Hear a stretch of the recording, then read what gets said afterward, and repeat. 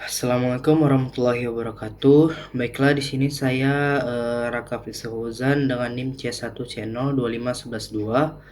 Di sini saya akan membahas materi saya, yaitu yang berjudul tentang dasar-dasar perpajakan. Nah, dasar-dasar perpajakan ini ada 4 poin yang akan saya bahas, yaitu ada tentang pengertian hukum pajak, apa alasan pemerintah memungut pajak, apa teori dalam pemungutan pajak, apa saja azas pemungutan pajak.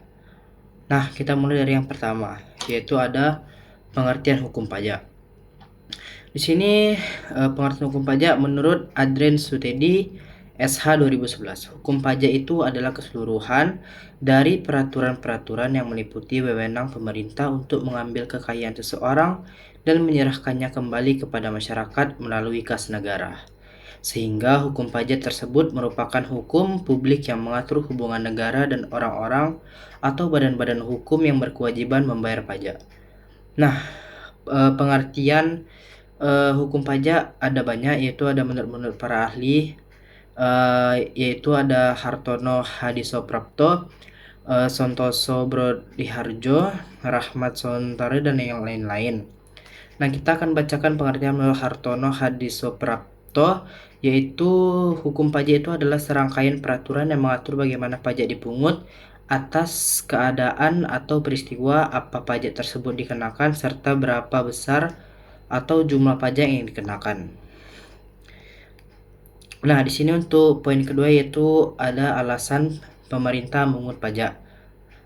Jadi kenapa pemerintah memungut pajak? Karena pemungutan pajak bertujuan untuk meningkatkan pendapatan negara semaksimal mungkin, serta menunjang kebijakan pemerintah dalam meningkatkan investasi, daya asing, dan juga untuk membiayai pembangunan sehingga dapat membuka kesempatan kerja, menyediakan fasilitas kesehatan, pendidikan, infrastruktur, dan pelayanan publik lainnya.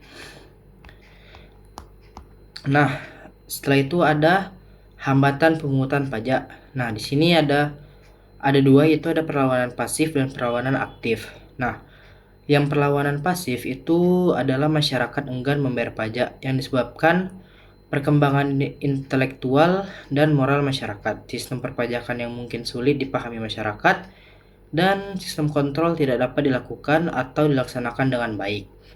Nah, yang kedua itu ada perlawanan aktif, yaitu perlawanan aktif itu meliputi semua usaha dan perbuatan yang dilakukan oleh wajib pajak dengan tujuan untuk menghindari pajak.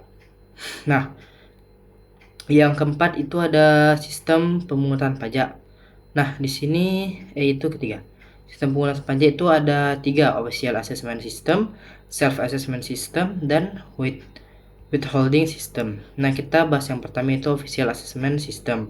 Itu adalah suatu sistem pemungutan yang memberikan wewenang kepada pemerintah untuk menentukan besarnya pajak yang diterutang oleh wajib pajak. Nah, untuk yang kedua itu adalah self assessment system, yaitu suatu pemungutan pajak yang memberi wewenang kepada wajib pajak untuk menentukan sendiri besarnya pajak yang terutang. Nah, untuk yang ketiga itu ada withholding system, yaitu adalah suatu pengumpulan atau suatu pemungutan pajak yang memberi wewenang kepada pihak ketiga untuk memotong atau memungut pajak yang terutang oleh wajib pajak. Nah, untuk teori pemungutan pajak itu terdapat beberapa teori yang menjelaskan justifikasi pemberian hak kepada negara untuk memungut pajak. Teori-teorinya itu ada teori asuransi, teori kepentingan, dan teori daya pikul, teori bakti, dan teori asas beli. Berarti ada 5. Jadi kita bahas yang pertama itu teori asuransi. Teori asuransi itu adalah negara melindungi keselamatan jiwa, harta benda, dan hak-hak rakyatnya. Oleh karena itu, rakyat diharuskan membayar pajak karena sudah mendapatkan jaminan perlindungan tersebut. Nah, yang kedua itu ada teori kepentingan. Pembagian beban pajak kepada rakyat didasarkan pada kepentingan, misalnya kayak perlindungan masing-masing orang. Semakin besar kepentingan seseorang terhadap negara, maka semakin tinggi pula pajak yang harus dibayar. Yang ketiga itu ada teori daya pikul, yaitu beban pajak untuk semua orang harus sama beratnya. Artinya pajak harus dibayar sesuai dengan daya pikul masing-masing untuk mengukur daya pikul dan dapat digunakan dua pendekatan, yaitu ada unsur objektif dan unsur subjektif. Nah, untuk yang keempat itu ada teori bakti, yaitu dengan dasar keadilan pemungutan pajak terletak pada hubungan rakyat dengan negaranya. Sebagai warga negara yang berbakti, rakyat harus selalu menyadari bahwa membayar pajak adalah sebagai suatu kewajiban. Yang kelima ada teori asas daya beli. Dasar keadilan terletak pada akibat pemungutan pajak. Maksudnya, memungut pajak berarti menarik daya beli dari rumah tangga masyarakat untuk rumah tangga negara. Selanjutnya, negara akan menyalurkan kembali ke masyarakat dalam bentuk pemeliharaan kesejahteraan masyarakat. Dengan demikian, seluruh masyarakat lebih diutamakan. Nah, kita akan membahas asas pemungutan pajak.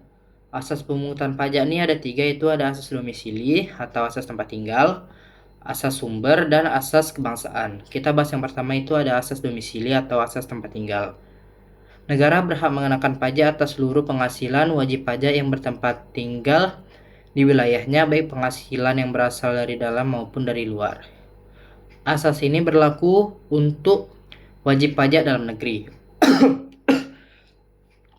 Yang kedua ada asas sumber. Negara berhak menggunakan pajak atas penghasilan yang bersumber di wilayahnya tanpa memperhatikan tempat tinggal wajib pajak. Setiap orang yang memperoleh penghasilan dari Indonesia dikenakan wajib pajak atas penghasilan yang diperoleh. Yang ketiga ada asas kebangsaan, yaitu pengenaan pajak dihubungkan dengan kesebangsaan suatu negara. Misalnya pajak bangsa asing di Indonesia dikenakan atas setiap orang asing yang bukan kebangsaan Indonesia. Nah, untuk kesimpulannya itu pajak dipungut oleh negara baik oleh pemerintah pusat maupun pemerintah daerah berdasarkan undang-undang serta aturan pelaksanaannya. Pemungutan pajak menghendaki adanya adanya alih dana atau sumber dari sektor swasta wajib pajak pembayar pajak ke sektor negara atau pemungut pajak. Nah, pajak sangat penting untuk membiayai pembangunan dan pelayanan pemerintah di suatu negara sehingga pajak sebagai penerimaan bagi negara juga. Sebagai pengeluaran dari sisi masyarakat, artinya penerimaan itu adalah beban bagi seluruh masyarakat. Beban ditanggung masyarakat dengan mengalihkan sebagian penghasilan yang diperoleh atau membayar kepada negara untuk sesuatu yang mereka dapatkan.